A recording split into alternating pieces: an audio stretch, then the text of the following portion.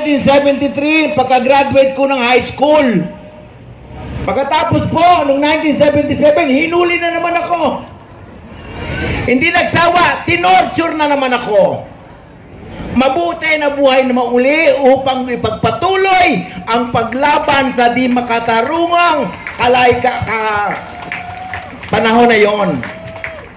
Sabi ni Ka-Amado B. Hernandez, kung wala nang maglalamay sa gabi ng pagbabangon, lumuha ka ng lumuha, ang laya mo'y nakaburol. Ngunit ngayon, patunay na ang laya ay hindi nakaburol dahil narito ngayon tayo at lumalaban pa upang labanan ang diktador na pinakawalang hiyang diktador sa balat ng lupa. 4 na taon ng aking kabataan ay nasira dahil sa walang katarungang paraan ng paghuli at pagtorture noong mga panahon na yon na ayaw kong mangyaring muli ngayon. Sabi nila, ito raw panahon ni Marcos, lalo na yung mga tinatawag ng millennials sa Facebook ang nagsasabi, pinakamagandang buhay daw ang panahon ni Marcos. Yun! Hindi totoo yun!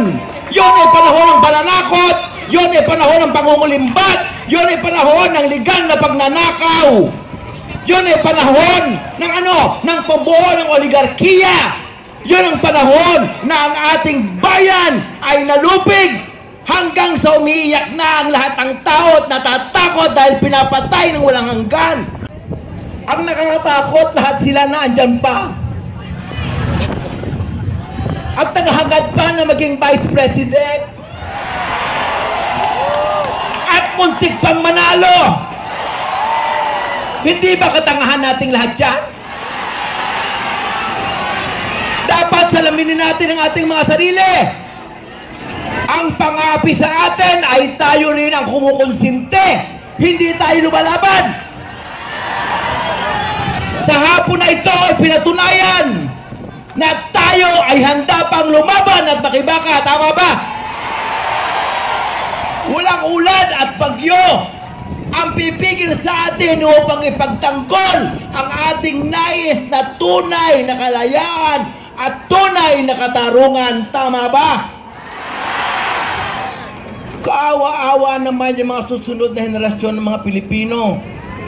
Ilang libong taon na tayong niloloko. Harap-harapan sa mukha natin, niloloko tayo. Nakangiti pa tayong pumapayag at sinasabi nating smiling martial law. Nila. Tigilan na natin yan! Magising na tayong lahat! Ako ay nasa kultura.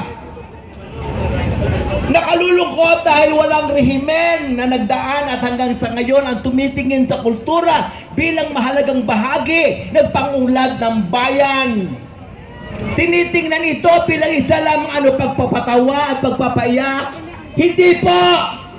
Ang kultura ay salamin ng pamumuhay ng bawat Pilipino sa isang partikular na panahon. Dapat binibigyang importansya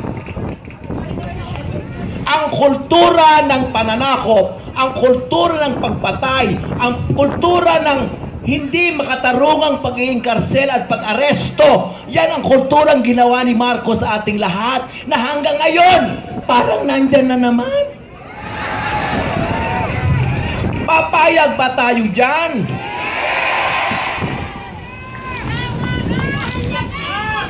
Tama ka, tama po ako, tama po tayong lahat. Kaya tayo nandito. Kanina naluluha ako. Natatago ng ulan ang luha, bumabagyo, nakapayong kasi. Sa dami at haba na ng aking dinaluhang rally, veterano na po ako ng lahat ng rally. Ito lamang po ang rally na kinilabutan ako dahil bumabagyo, lakat-lakat na ng ulan, nandito po tayong lahat. Tuwang-tuwa ako dahil ito yung pagpapatunay na hindi tayo talo, na mananalo tayo. Sabihin natin na ipagsigawan natin na hindi dapat ilibing si Marcos sa libingan ng mga bayani. dapat ilagay siya sa libingan ng mga taksil sa bayan. Tama. Magawa ng sementeryo ng mga taksil sa bayan. Doon ilagay si Marcos. 100% agree ako dyan.